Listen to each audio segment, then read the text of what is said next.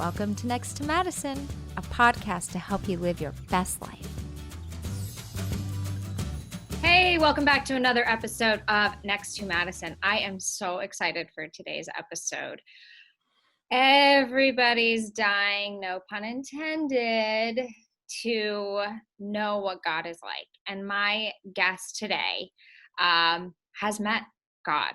And it wasn't his time, so obviously he's here with us to share his journey. But he, along with almost dying and meeting our Lord and Savior, he was also a former fighter pilot in the Navy.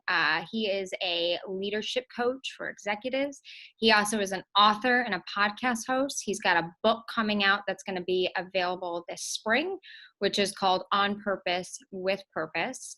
And so I'm so excited. So let's dive into this right now. So with that being said, I want to bring on my guest, John Ramstead. How are you? Awesome, Madison. Thanks for having me. So great to be here with you. I wish we were in person, like back in studio. One of these days. It'll be soon, though. Exactly. It will be soon. You got to have the faith. So what I opened up with was this. So you were on a horse. You were horseback riding, and you were thrown off the horseback and basically killed. Start from there. Like, what kind of Well, yeah, we can.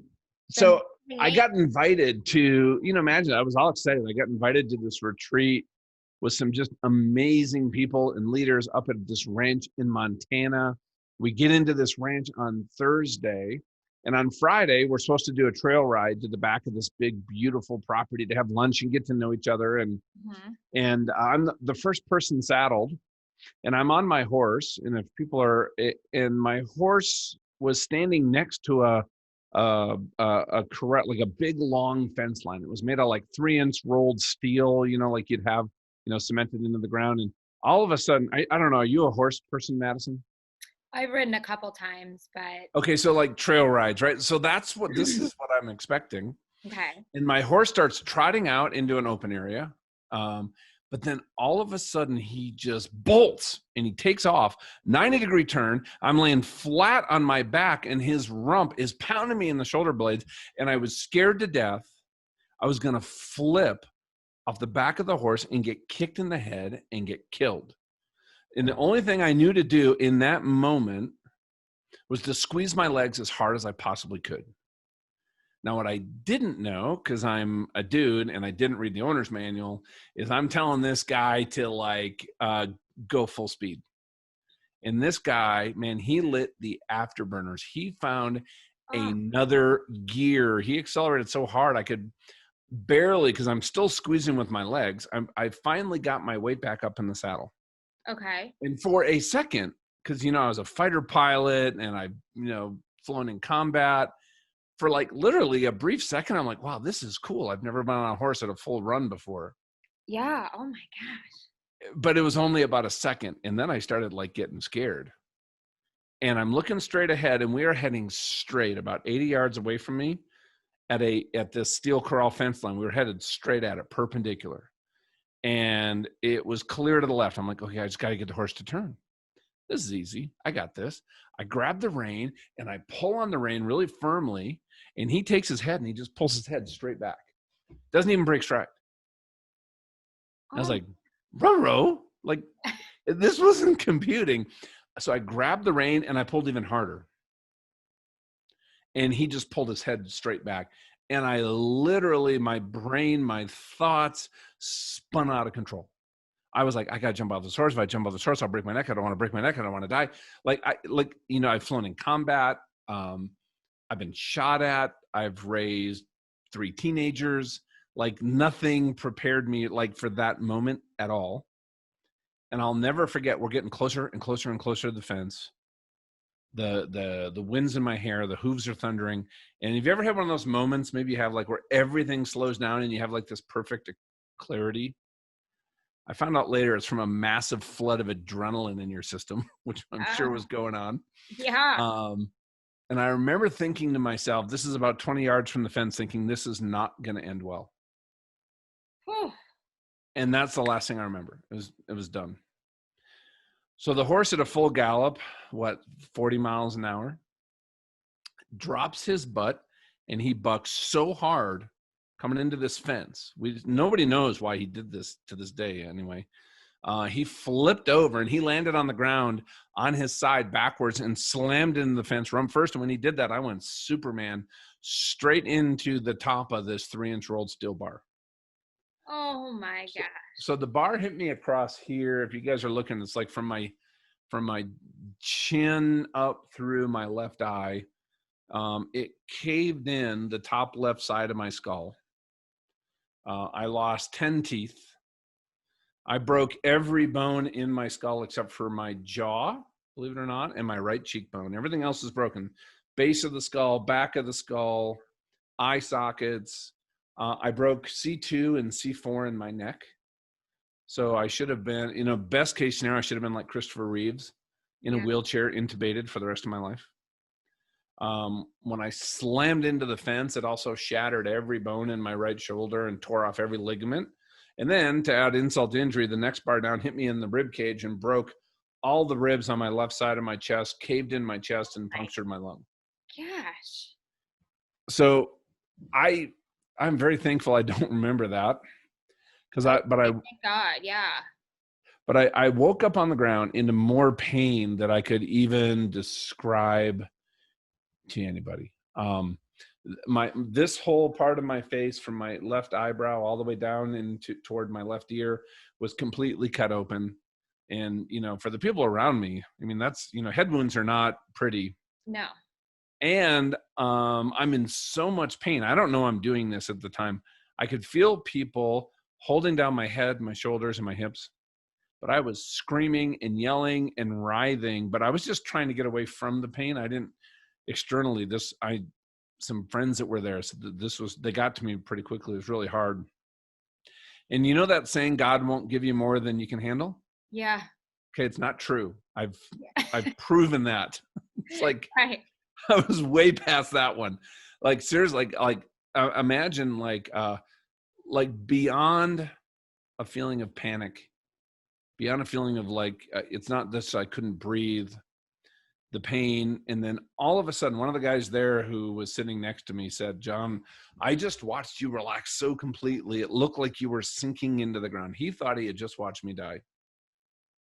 Oh my gosh. The guy on the other side of me told me afterwards, John, he goes, I could feel God. I wanted to take off my shoes. I felt like I was on holy ground.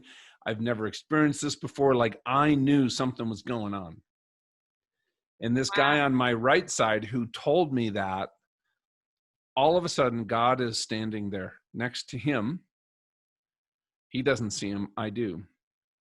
What does he look like? It was interesting because I had a compress. They had stuff over the whole left side of my face and covering this eye. And people were holding my head. I only could see like his right shoulder and part of his face. And it was well, I tell you this, it was less about what he looked like, but it was like as soon as he was there, this love, unconditional love, was emanating. It had a power. It was like, think of a science fiction movie and they turn on that machine and it's going vroom, vroom, and like it's sending out waves. It was that, except those waves were like the fabric of the universe made out of unconditional love. And they actually had a physical weight to it. It was like being at the edge of the ocean and the waves are washing up over your body. Yeah. Like it had a weight to it as they were hitting me. And as I felt it, I had never in my life as a human experienced somebody loving me without condition. I mean, if I really honestly dwell on it too long, it's very emotional, because I remember the first thought, Madison, that crossed my head when I felt this, because I knew in that instant that everything I'd ever done in my life, good, bad, ugly, It didn't matter. It was not even relevant to this love, this relationship that God had with me personally. This was not just some general thing. That also struck me. This was between God, Jesus, and me. But I Wow. remember the first thought laying there, I don't know how bad my body was crushed, was I'm not worthy of somebody loving me like this. I remember just thinking, I'm not worthy of this. I'm not, and it just kept coming. The love just kept washing over me, and I'm like, I'm not worthy. And then as this washed over me, all that pain and that panic and that fear was completely taken away. It was gone. It wasn't even a memory. I mean, it was removed. Oh my goodness. And I'm just sitting there dwelling in this. Almost felt like I was cradled by this fabric of the universe that is this love, and Yeah. it still continues to wash over me. And all of a sudden, then God speaks to me, and it's a voice that comes from everywhere and nowhere. He's standing right next to me, but it's not to my ears. It's not like a conversation you and I are having. Yeah. It's almost like he was communicating with something inside me, like my soul. Like it was almost like this entity, this consciousness flowing through me or flowing in me. It's really hard to put into words, but it was both. Yeah. Wow. And the first thing he said was, and this gave me incredible comfort going through a very difficult recovery, was all things work together for good for those that love the Lord. Now, where I was at the time, Madison, I had no idea that came from Romans. That's from Romans 8:28. If somebody wants to look it up, I had no idea. That's not where I was. Can you repeat it one more time? Yes, all things work together for good for those that love the Lord. Wow. That's what he said. I'm like, all things? Like, seriously? Like some of the stuff I've been through as a kid, through stuff I've been through in business and relationships, like all things? Yeah. Wow. And I got to tell you, as I went through, just as a side note, we can maybe talk about this later, as I went back and looked at my life all the way from when I was a kid and looked at all these really big highs and big lows and some serious adversity I've been through. And I started looking at these lows, and I was working with a therapist and said, you know what, if we start looking at the lows, not from a place, if we can move past looking at those where there's an emotion, there's a pain, there's a healing that still needs to heal, and that happens. But when we get to a place where we can look at those from a place of equipping and learning, and how do you use that experience to help another human being? How do you use that experience to become a better version of yourself? Yeah. And I started actually reframing some of this stuff in the past, which had defined me, into something that gave me the ability to have a more joyful life today, because I could use it to connect with other people. And that Yeah. was, I got to tell you, what a gift that was. The second thing he said to me, and this was amazing to hear him use my name, he Like said, I'm getting John, oh wow. what's that? I said it's making me like I have chills all over my body just hearing this. It's amazing. Yeah, it was, well, and then he said, John, and hearing him say my name was like, huh? Oh my God, he said my name. God said my name. Hey, like, woo. He said, John, I'm going to heal you and use this for my glory. And then he said, the Lord giveth, the Lord taketh away. Blessed be the name of the Lord. And as soon as he said that, I knew my left eye was permanently blind, which it is. This part of my skull was so caved in, all the bones behind the eye socket completely shattered and severed the optic nerve. Wow. Oh my gosh. So I've had to endure over 23 surgeries. All this has been rebuilt with titanium. I don't know if you guys can see me. There's a video here, but I think there's over 12 titanium plates in here. There's implants, plastic surgery, reconstructive surgery. And if you look, Madison, if I didn't tell you, you probably couldn't tell. No, we're not at all. I mean, I have a scar here that looks like a wrinkle, but if I met you and didn't tell you, you honestly wouldn't know. And you probably can't tell my left eye's blind. No. But the thing, the thing that made it hard, it's interesting though. So I spent 5 weeks in ICU. So did And God then leave after this before you went to, was that the last thing he said? And then he, well, no. Okay. Yeah. So I'm jumping ahead. So yeah, then he left, he's gone. And somebody asked me afterwards, like, did he come down? Did he appear?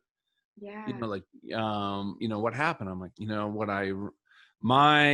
what I realized is no, he was already there, that in that moment, he revealed that he was there and had always been there.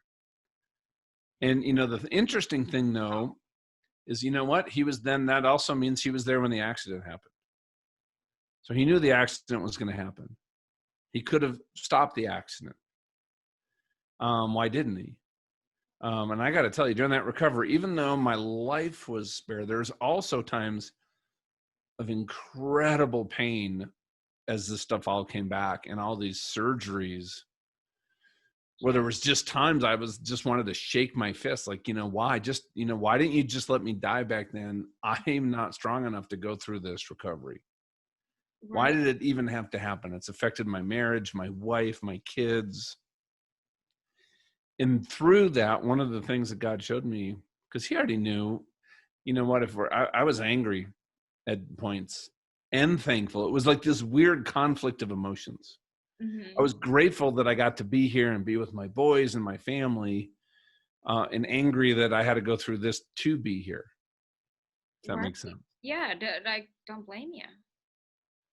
But what I realized was, instead of shaking my fist at what had happened in my circumstances and people I wanted to blame, right? The people at the ranch, they put me on a highly trained horse that had no reason being in a trail ride, right? I Yeah. mean, there's lots of things that you can focus on.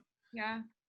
And through this, though, what I realized is, instead of having this fist up in the air, what if I opened my hand and put it down to help other people? Was this process, like we talked about before, is looking at all the stuff that's happened to me.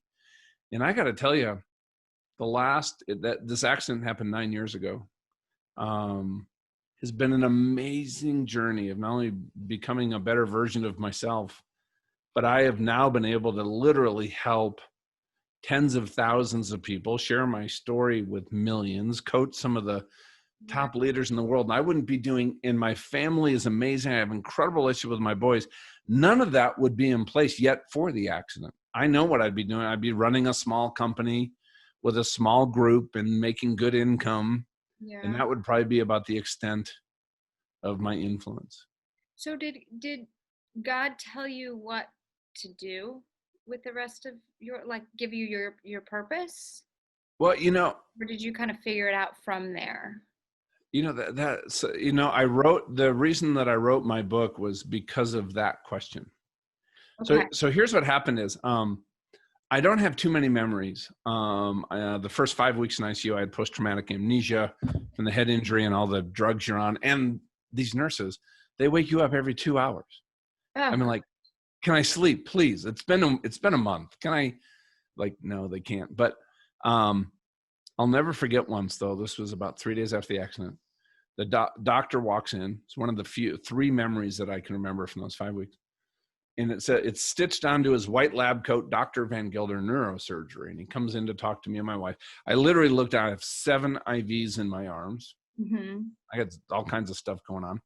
But he looks at my wife and tells her they need to do a craniotomy. They need to take off my skull and fix everything and then put the skull back on, which they did. And then they actually had to do it a second time, because the first time they missed a couple things.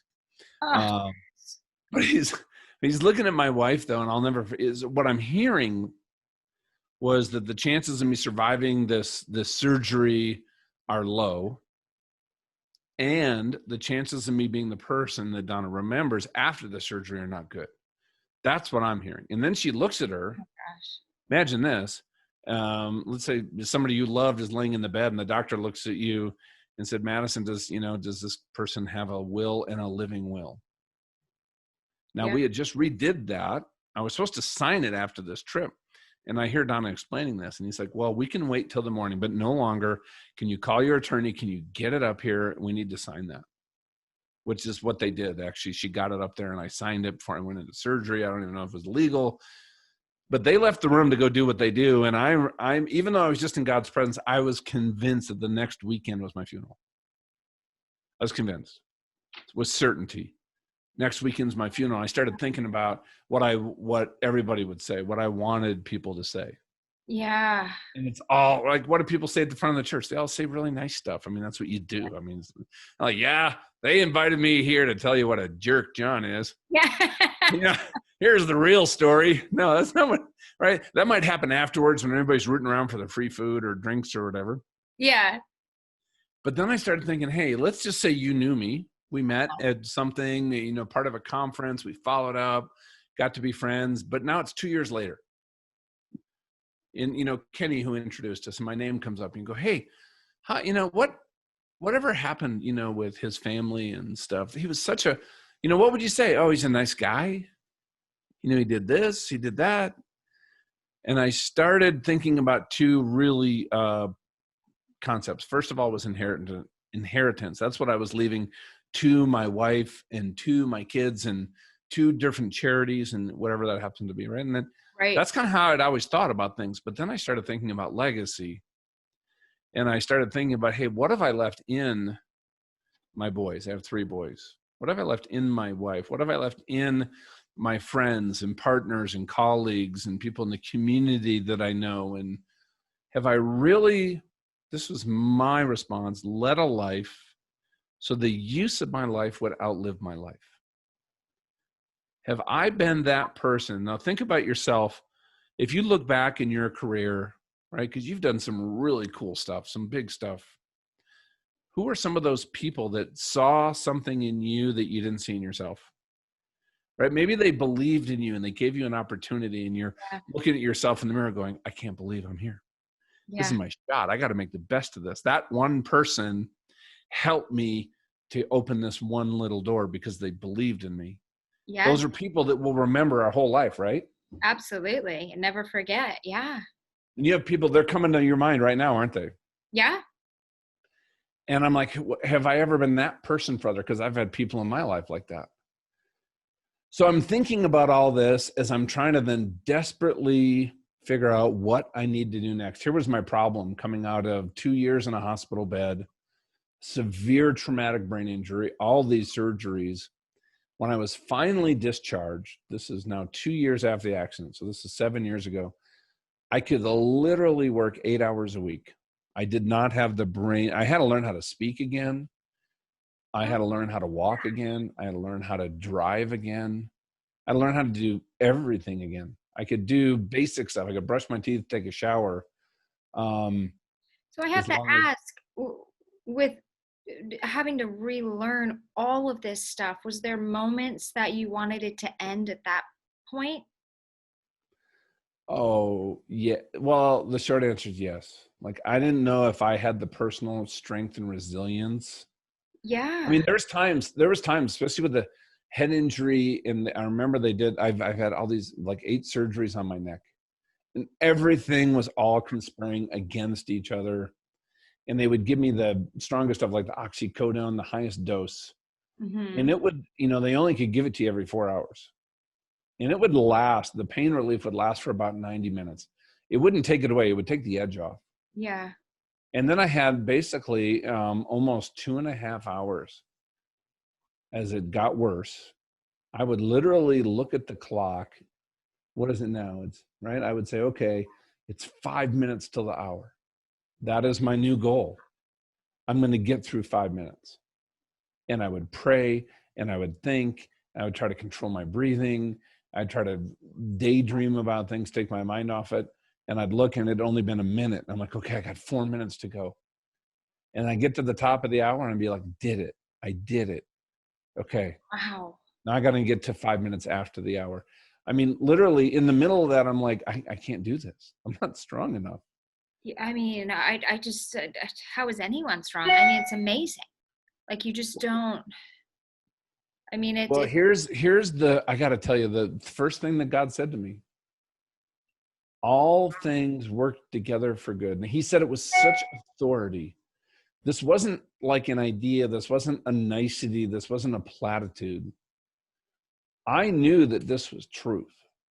It was what was communicated to me, that everything did work together for good. And so here's what I had to believe in. Here's what I held on to, was that, you know what, tomorrow could be better than today. And if tomorrow wasn't better than today, guess what? next week had the potential to be better than this week. And next month might be better than this month. But I also could say, you know what, next year could definitely be better than this year. I Right. mean, how many of us doubt that 2021 has the potential to be way better than 2020, Well, 'cause I right? think we were all excited for 2020 because we're like 2020, and then it's like, I mean, I think everyone's. I remember I went with some friends for New Year's, and I was like, let's redo this in March. I'm not making any resolutions right now. I don't know what's going on, you know. But back to your it it's like the words are hard for me to come up with, but why do you think that God didn't take you and had you be here and endure all that? Because they always say like things happen to us that are supposed to teach us lessons to help evolve our soul. Have you ever come to terms of like, what was my lesson I had to learn? To put it simply, I think my version of myself, right before that accident happened, Mm-hmm. um, I'd been a Navy fighter pilot, got out of the Navy, started a tech company, built 3 tech companies. I was constant. Everybody knew me as a, go to church and stuff like that. I started a couple nonprofits. I was absolutely at the top of my game. If you met me and you saw me from the outside in, Okay. right? Our house, our car, the vacations we went on, the clothes. I mean, everything. You'd be like, wow, John nailed it. Well done. I was miserable. I Really? was absolutely miserable. I was in a place that I would call smoldering discontent. I was trying to work my way. I was trying to become a king, right? I was trying to get recognition. I had never understood, like I said before, unconditional love. I had never connected to not who I was. I was trying to be and become the person everybody else expected me to be. What does a successful person look like? What is a successful actress supposed to do and think and accomplish, and what are they supposed to have, right? What is, somebody who's the guy you just had on banking and cryptocurrency? It was a fascinating interview, by the way, Oh, thank you. right? I was in that world, right? What am I expect? So I was like playing to the grandstands and didn't realize that I had never connected my values, my passions, my skills, and tried to figure out to put those in alignment. As I really worked hard, like one of the things that really struck me, it's in the Bible in Ephesians 2:10. Okay. It says, you are Christ's perfect workmanship, and there are good works that he's prepared in advance for you. And so I had to think about, in this damaged state, without having to earn anything or have any dependent events, like if I get this award, people will like me more, I'll make more, I'll have more opportunities, I'll have a richer, fuller life. What if Yeah. I'm actually perfect right now the way I am with no dependent events? And that whatever God has put in front of me in this broken, damaged state, I'm ready for it. And there are good works, and I got to figure out. So that actually answered my question. I had to figure out who I was, not the person I saw in the mirror, but I really, after being in God's presence, I said, okay, not who I see with all the stuff I've let in, all my limiting beliefs, all my preconceived notions, all my things that drive me, but what does God see when he looks at me? And when I can close that gap, what I found is stress, anxiety, dark periods in my brain just started getting less and less and less as I closed that gap. And I started moving toward becoming a better version of myself, the version of myself that I was created to be. And in doing that, then I was ready to hear what? Seriously, this is about 2 years into my recovery. I Wow. could work 8 hours a week. I still had a brain injury.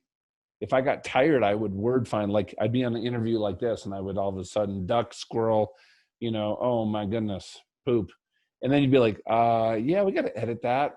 Yeah. Uh, and I had no idea that I actually even said something awkward because in my brain, the words were right. Wow. It was so frustrating because, I'm a communicator.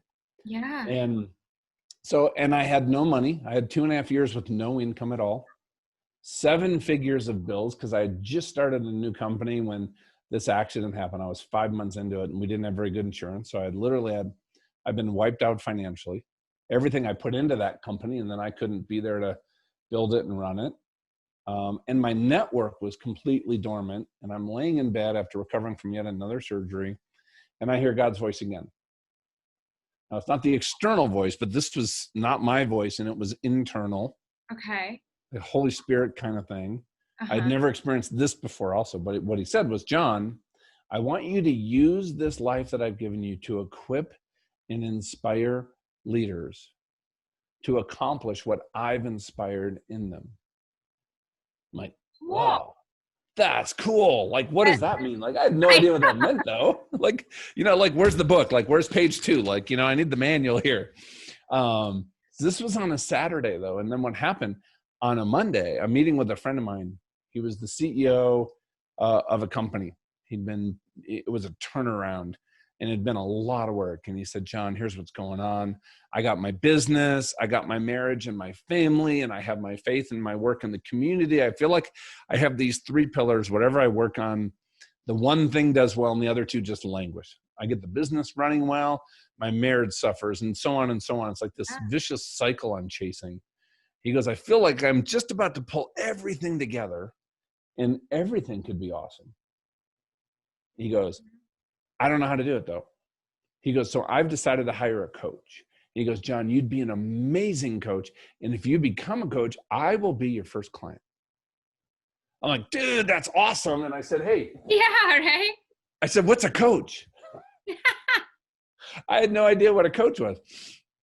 But that started this journey. And guess what I realized is I tried to get back to that company, but only being able to work 8-10 hours in a week and not being very productive because cognitively, I only had a little window in the morning. It was like you put brand new batteries in a flashlight and you turn the flashlight, you go camping, it works all summer. Yeah. But I had a short in my flashlight. Okay. So like I put in brand new batteries and by the end of the day, the light just gets dimmer and dimmer and dimmer. And then I would get to the point where it's like somebody literally pulled the battery pack out. I could barely make it up the stairs to go lay down in bed and go back to sleep. So I had the energy there. I was cognitively, I got to the place where I was really good, but I only could really have a conversation like this, maybe an hour during a day. And then I was done. And that slowly got a little bit better. Mm-hmm. But what I did was I started reaching out to a few friends and said, hey, I can coach you. I learned how to coach, took some coaching training, realized that's kind of how I've been leading and building very large companies for 30 years. Yeah. And that's how God showed me what. But I got to tell you that That's the amazing. true north, the guiding light, though, Madison, is no longer focusing on being a king, but I want to be a kingmaker.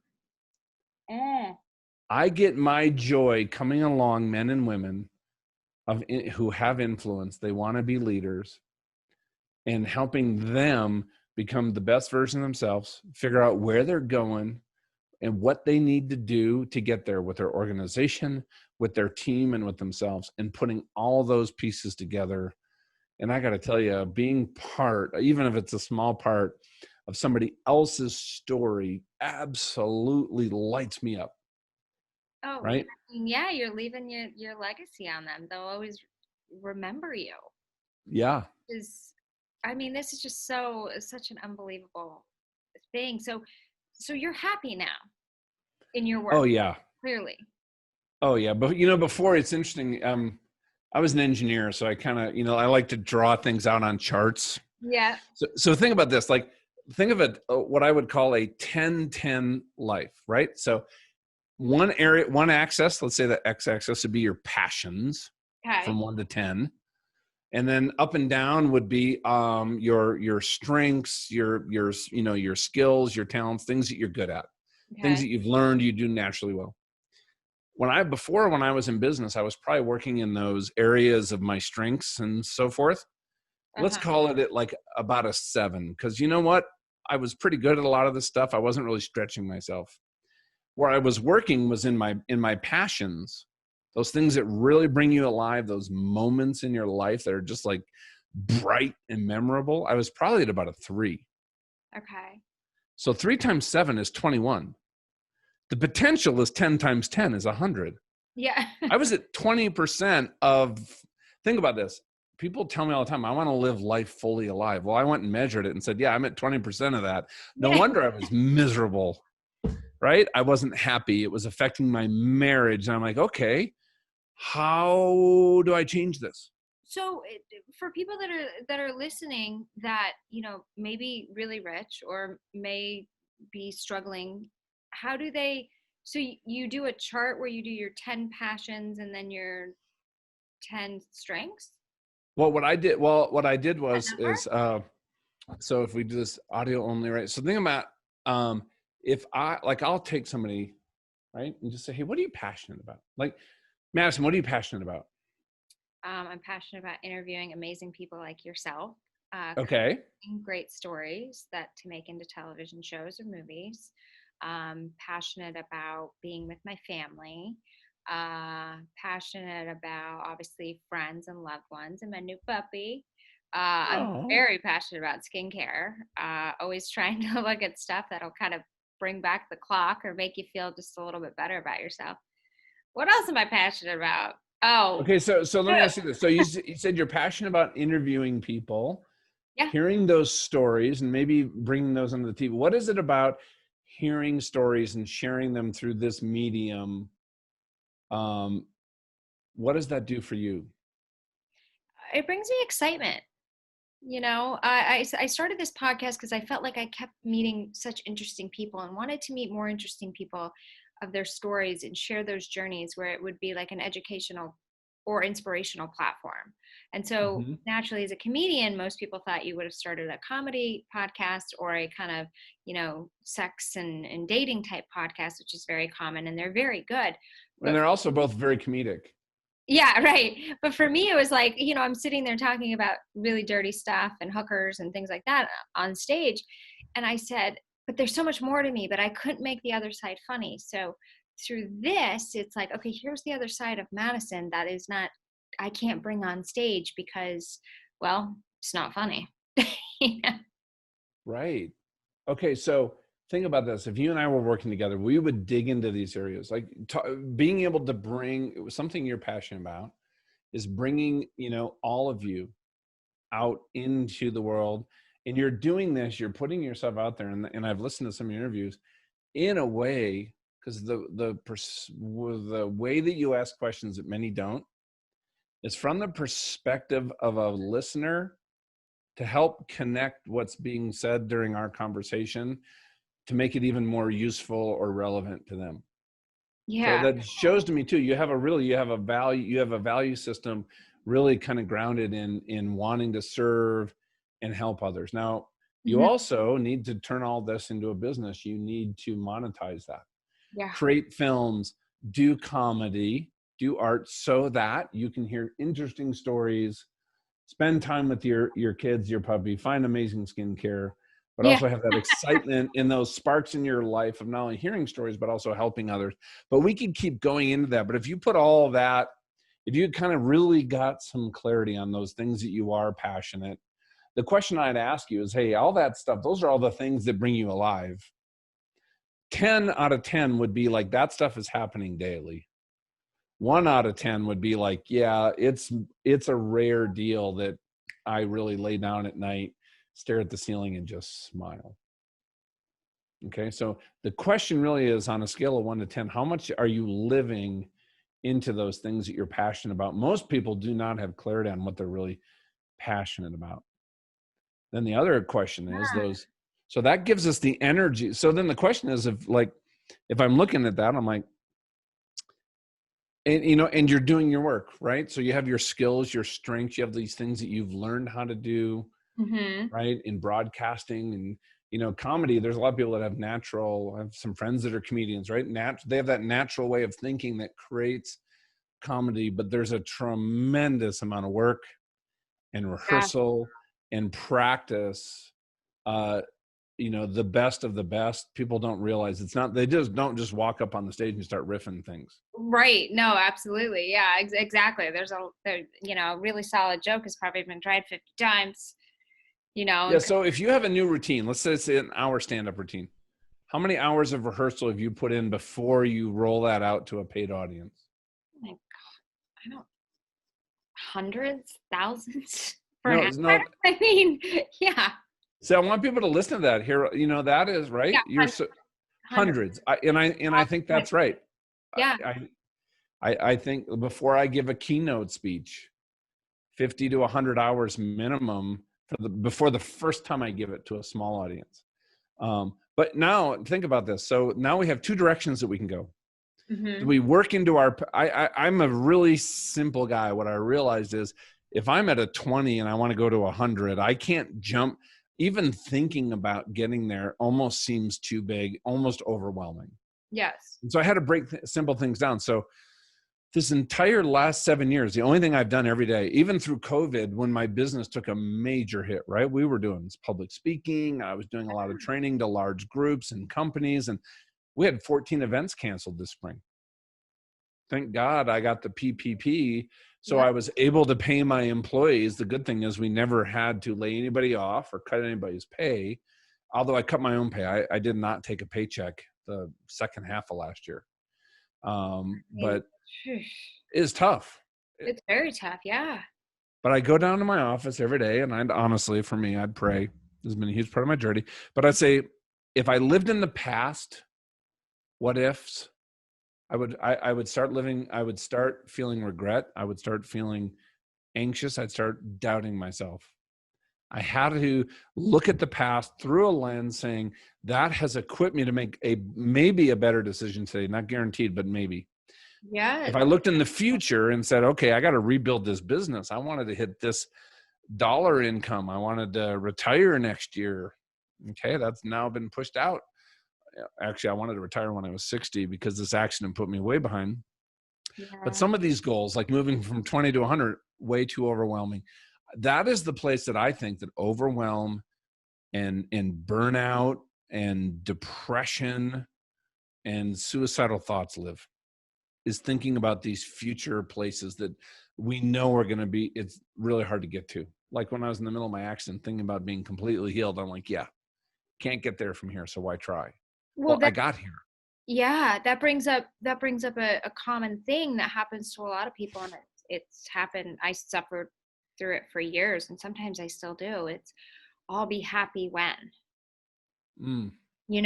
instead of happy now. I'll be happy when I get this sold. I'll be happy when I have my first house finally. I'll be happy when I just feel settled, not just, stuff in storage and living, family members' houses in the meantime, because I don't know if I need to be in New York and Or I'll be happy when I reconcile that relationship with my mom or my dad, or that. yeah, it could be anything, to where it's like you're living for something in kind of the future versus that you have everything now, or that whole thing that I've shared on my podcast before. It's like, people will accept me and fully respect me and like me when I'm rich. I suffered from that narrative for so long, and it took so many joyous years out of my life. Right. And I think that's a place of identity, right? Because when we get this is where I was, everything for me was external. I got my identity from those people that I wanted their approval. Right. That's, I think, how a lot of people are.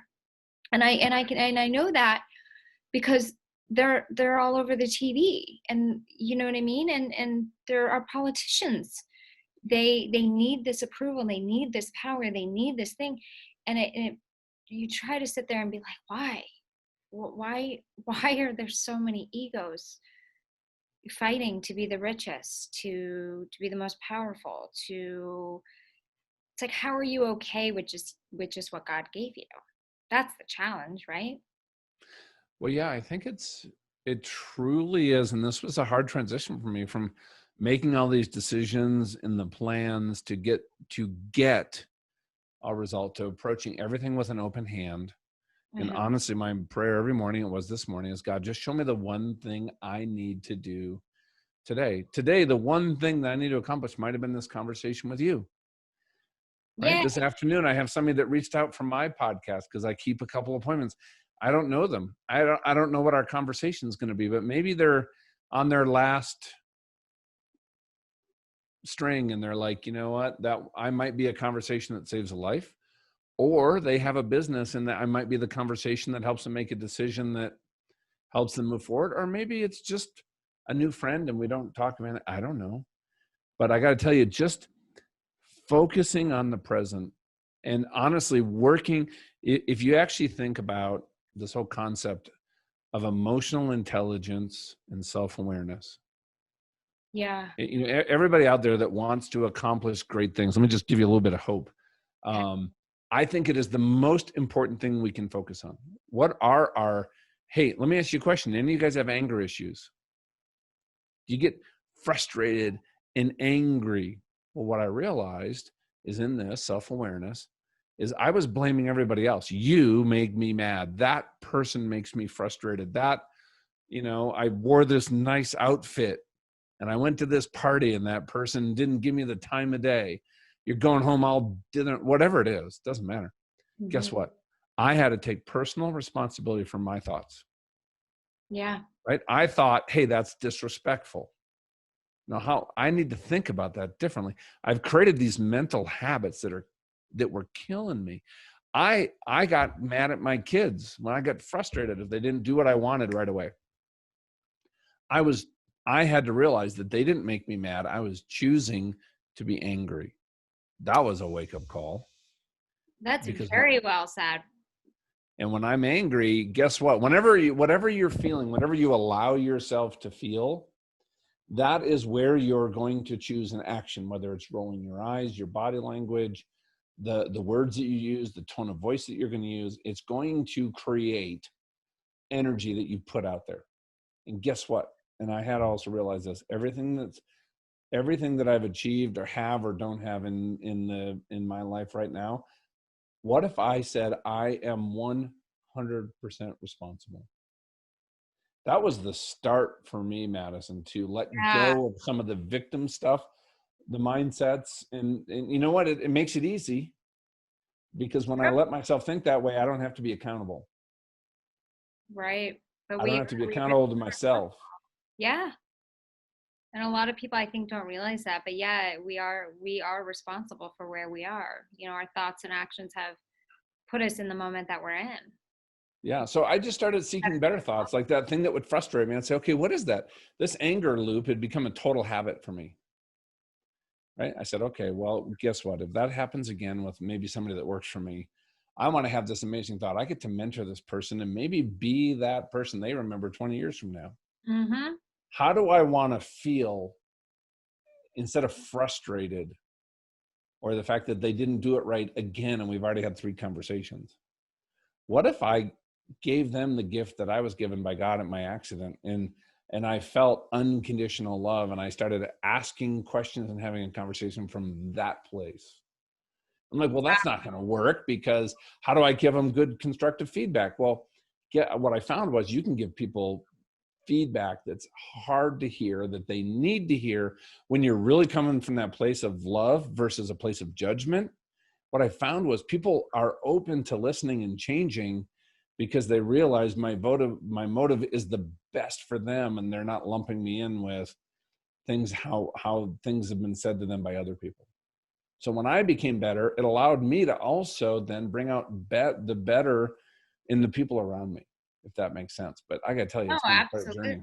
I mean, it's amazing. I wish I could talk to you for 10 hours, but I do before we have to wrap up, I want to because you're a coach for leaders, like right? So you teach a lot of CEOs and, you know, business founders and things like that. So there's 3 things like on your website. So I just want to quickly touch on those that you kind of cover. So one of Okay. them you had was maximizing effectiveness. Can you tell Yeah. us just briefly about that? And then we'll get into, because that's what everybody wants to do is they obviously want to be, we only have so much time in a day. Yeah. I think it's about your own personal leadership. If you actually, to maximize effectiveness, super simple, right? what you're trying to accomplish, like through your media group, right? You have a team that supports that. You could have a production team, social media team, a manufacturing company. They're going to have different sales, logistics, engineering. So if you're leading that, or you're leading one of those teams, you have what you're trying to accomplish. You have dynamics that we need to create on our team, right? Built on trust, how we communicate, how we deal with conflict, how we hold each other accountable. There's so many things that we need to focus on. And then there's how we are showing up as an individual, because whatever the results that you're getting from your team right now, I do believe as a leader, we have some role to play in that. So the question is, how I believe people become more effective when they really connect to that better version of themselves. They connect to what their own purpose is outside of work, and how that connects, when I can connect the dots between that and what I'm doing at work right now. So all of a sudden I realize I'm living life intentionally, Yeah. inside work, outside of work, with Wow. my people. If anybody out there listening, imagine if you worked with somebody who was fired up every day, That'd be awesome. right? You couldn't wait. Imagine, how about this? How do you like to all work at a place where you couldn't wait to get to work on Monday morning, because you're working with people that are doing cool stuff. They're cool people you like to hang out with. We all get along like, friends. We have our little squabbles, but guess what? When I think people are in that mode, talk about effectiveness. I can do more with a team of 10 than I can do like that than a team of 100.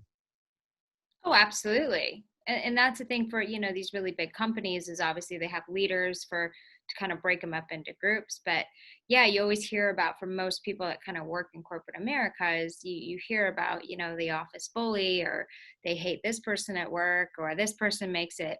But yeah, just imagine if everybody got along and liked each other, and nobody was, trying to cancel the next person, or people didn't feel so Right? on edge like they probably do now with everything going on. It would be a lot more effective. And it is our leaders' job, I think, to make that very clear, that you're not to, judge people for their opinions or their thoughts, and you work together as a team. But that's got to be a very difficult thing. Well, imagine, I really, in the places that I work in, my dream is to create a movement where that we change how we lead, that we see the unique value in every single person. Right? Yeah. Like, how do you work alongside somebody who you literally don't share any of their core beliefs? How do you have a conversation with them? How do you look at them as, and you basically, hey, they told you who they voted for or where they stand on an issue. So you immediately build a box around them because you assume everything you think, that we need to know that's important. Yeah. Or do we sit down with somebody and say, you know what? I don't agree with that position. But let's just keep talking. Like, what's going on in your life, your world? What else is there? Every single person I've ever sat across the table with, and I got friends from across the political, ideological, faith spectrums in every direction you can think of. Yeah. I can always, 100% of the time, find a place of common ground. Because here's what I've actually observed working all over the world, from Fortune 50 companies to the smallest, poorest villages in Africa. I mean, you name it. Christian, Islam, Buddha, Hindu. I mean, here's what I've observed. Okay. I really think people have good hearts. They want to have healthy relationships. They want to be loved. They want to be liked. And they want to do good work. They want to be doing something that gives them a sense of purpose and meaning and value.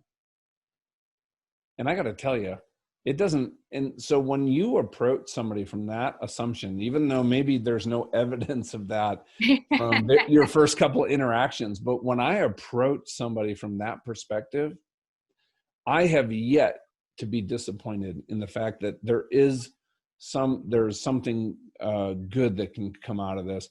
There's a way that I can help them. There's a way that we can work together on an issue. Madison, I'm telling you, I've not been disappointed yet in my last 30 years of business. Yeah, and that's a really great way to look at it. And then even if you're a leader or working at or just a person in general, I think it's the one thing that we all have in common, minus the fact that we all, go to the bathroom every day. But the other thing too is that we all want to be seen, loved, and heard. Hmm. And when somebody, you're at a party or something, and maybe it's a networking event, and I've seen this happen, especially with big companies, and people are there, and you're trying to have a conversation, but you're not the person that's going to help them because you're a nobody to them, right? So you're having a conversation with them, but they're looking over their shoulder Oh, to see where, and it happened, I work in entertainment as well. I've been in finance. You see it all the time. Like, and people, if you're one of those people that you're like, shit, I've done that.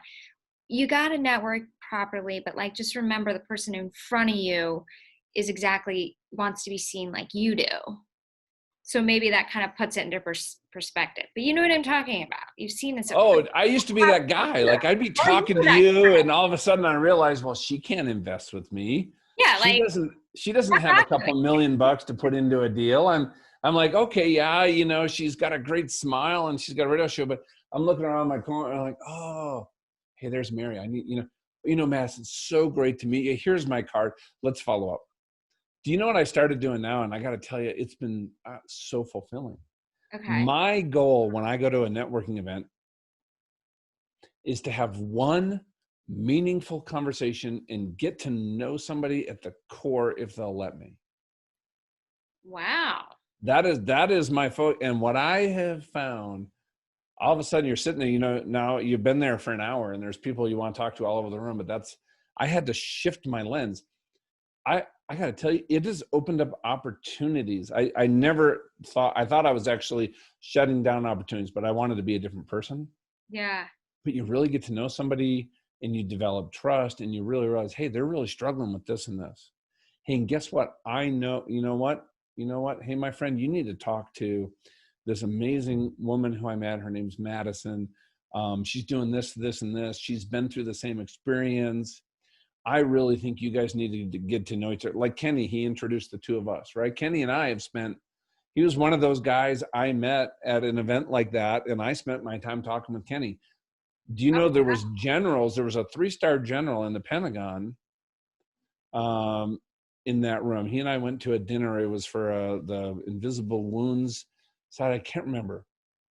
It was a small group of us, and the room was filled with power players. And Kenny and another guy named Bill, who are the guys I spent my evening having conversations with. wow. And you know what? It was out of that I got to meet you. Now, if I had blown off Kenny and never followed up and had coffee with him, I Yeah. wouldn't be here talking with you. And would that general at the Pentagon actually ever done business with me or consulting with me? I don't know. You What don't. I do know, I honestly, I trust God has been so faithful in this recovery, Madison, that if I just do the right things every day to my best ability, everything else is going to be taken care of. I just believe in abundance. I really do. It's not like give me mine and my share. But Like, there's anyway, plenty for everybody, right? plenty for everybody. But you know what? What if you actually went out and did that? You know what I've also found? Well, I have more friends that are actually real friends, real relationships. My day is filled with meaningful conversations with people I like spending time with. And that was not my life before the accident. Everything was pretty surface. yeah. So that's a very happy, that sounds like an amazing life, right? Yeah. Well, I'm so glad that God, blessed the rest of us to have you still standing here, Yeah. to share your Me journey, too. story, yeah, and your leadership skills. But yeah, when we'll definitely have to grab coffee. I want to learn more about what you do. So tell the listeners where they can find you, so if they can learn more about you as well, and where your book will be available, all that good stuff. Yeah, it's beyondinfluence.com is the website. Okay. And it's all about having such an impact in the life of others that they're having a positive impact on people you don't even know because of the impact you had in their life. That is leading beyond your own influence. And Wow. that's where the whole company was formed. That's our core mission. And if you go to beyondinfluence.com/book, you can get some information. You get some free chapters of the book, and it's going to be coming out. I'd love people to help us support us with the upcoming launch and be a part of it. We're going to be doing some really cool stuff around the book. And I also keep appointments on my calendar every week just for no charge for people that reach out, like the one I'm doing this afternoon I mentioned.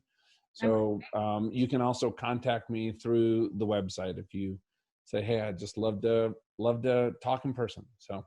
Well, this was great. Well, John, thank you so much for giving me the gift of your time to be on my show. I really appreciate that.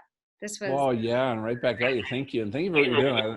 I'm enjoying this. And hey, everybody listening, we need to help Madison grow this thing. And here's Apple. I figured it out. Okay. After 5 years of podcasting.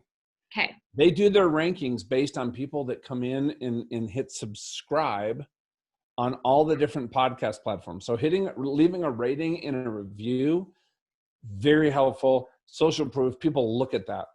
If you could hit subscribe for Madison. Thank you. And then share it with one person and tell your friend to subscribe, we will catapult her to the top and help this thing grow, because more people need to hear Madison and her heart and what she's doing. So let's all do that for Madison. Thank you. And you guys listening, thank you for tuning into another episode of Next to Madison. And we'll see you guys next time to find out who's next. Hey, your host here, Madison Malloy. Please make sure to subscribe to the show on all podcast platforms, and please rate and review us on iTunes and Spotify. Also, if you have any questions or comments, you can email us at contact@nexttomadison.com. I thank you again for listening. Bye.